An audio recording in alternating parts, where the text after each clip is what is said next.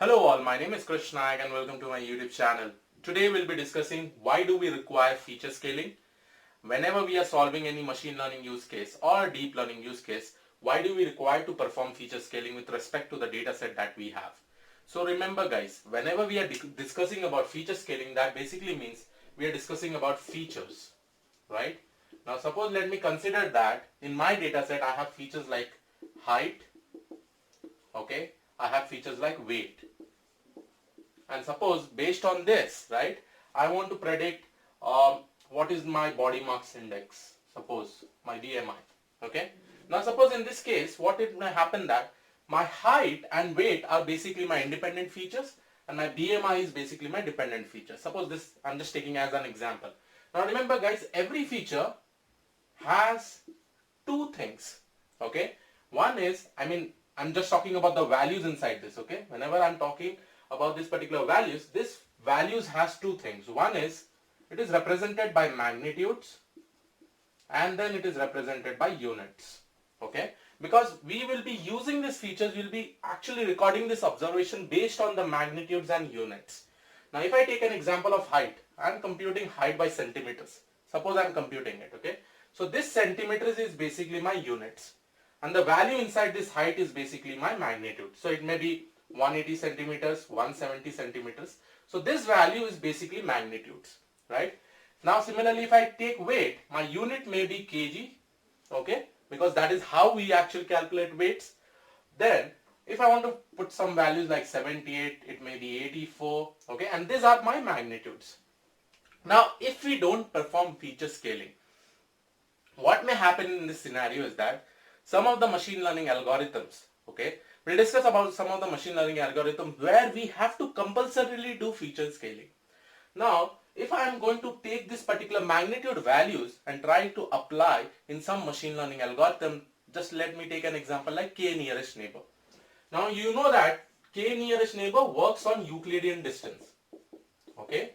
Now, remember, if I take this same magnitude and if I try to plot this in a two-dimensional graph, right? So this point may be it may have various like varying distances and the distances will be huge. Because here I am basically going to use Euclidean distance. So what we have to do is that we have to scale down this value, guys. We have to scale down these values in such a way that each and every feature that we have will try to perform some type of scaling techniques.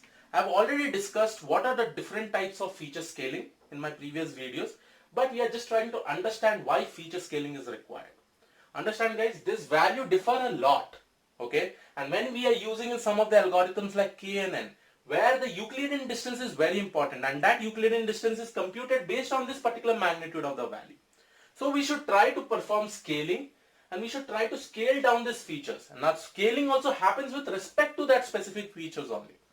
So suppose if I am scaling this between 0 to 1, okay, I may call it as a uniform scaling or min-max scaling. I may also scale this based on the standard normal distribution. I'll call it as standard scalar scaling. So all the different types of scaling are there. And if you have not seen that video, please go and watch that particular video. Different types of scaling techniques. Now let me just make you sure why we require scaling and which all algorithm will be requiring scaling. And it is always necessary that you perform scaling in those algorithms. So the first algorithm that I would like to consider is your linear regression. Now remember guys, in linear regression, this basically works and the coefficients in linear regression is basically found out with the help of gradient descent. And always remember, my values of my, the coefficient should be able to converge at this particular global minima. It should be converging in this global minima. Now remember, if we perform scaling, then it may happen in such a way that already the initial randomly initialized coefficient may be very near to the global minima. If I don't scale it, then it may happen in such a scenario that my random initially point of the coefficient may be far away. Okay, but always remember, if we scale down this value, our convergence will happen quickly. Okay, our convergence will basically happen quickly when we are performing scaling in case of linear regression. Now always remember, after this, suppose if we have some of the machine learning algorithms, both in supervised and unsupervised technique, wherein we are specifically using Euclidean distance. Okay, like k-means clustering, like k nearest neighbor, right? So in this kind of algorithms, we use Euclidean distance. And again, remember guys, if we don't scale down this value, what may happen? We'll be having a huge distance over there. So we should try to scale down that value and try to perform and try to give this feature scale in this k-means or k-n algorithm, so that our algorithm will run very, very faster. Okay, and always remember guys, this particular technique, this is an unsupervised technique. K means clustering, it may be hierarchical mean clustering. So wherever, whichever algorithm this kind of stuff is there, wherein you have gradient descent concept or you have Euclidean distance concept, at that time you should basically prefer using feature scaling. Okay, and similarly this applies to deep learning also. Now you know that in each and every deep learning technique, gradient descent will come into picture, right? So there it is very, very much compulsory. I'm talking about both CNN, ANN or RNN. It is very, very much compulsory to do the feature scaling. Now for CNN, where your inputs are basically images, the type of scaling that is basically applied is called as unit scaling, wherein your pixels between 0 to 255 for that particular images will be converted between 0 to 1. Okay, and that is basically called as unit scaling. And so these were the basic things about this. But when should we not apply feature scaling? That is also very, very important, right? So I'd like to specify some of the algorithms where you don't have to use feature scaling, and it is not necessary, because if you perform feature scaling, then also it is not going to make such impact. So some of the algorithms like decision tree,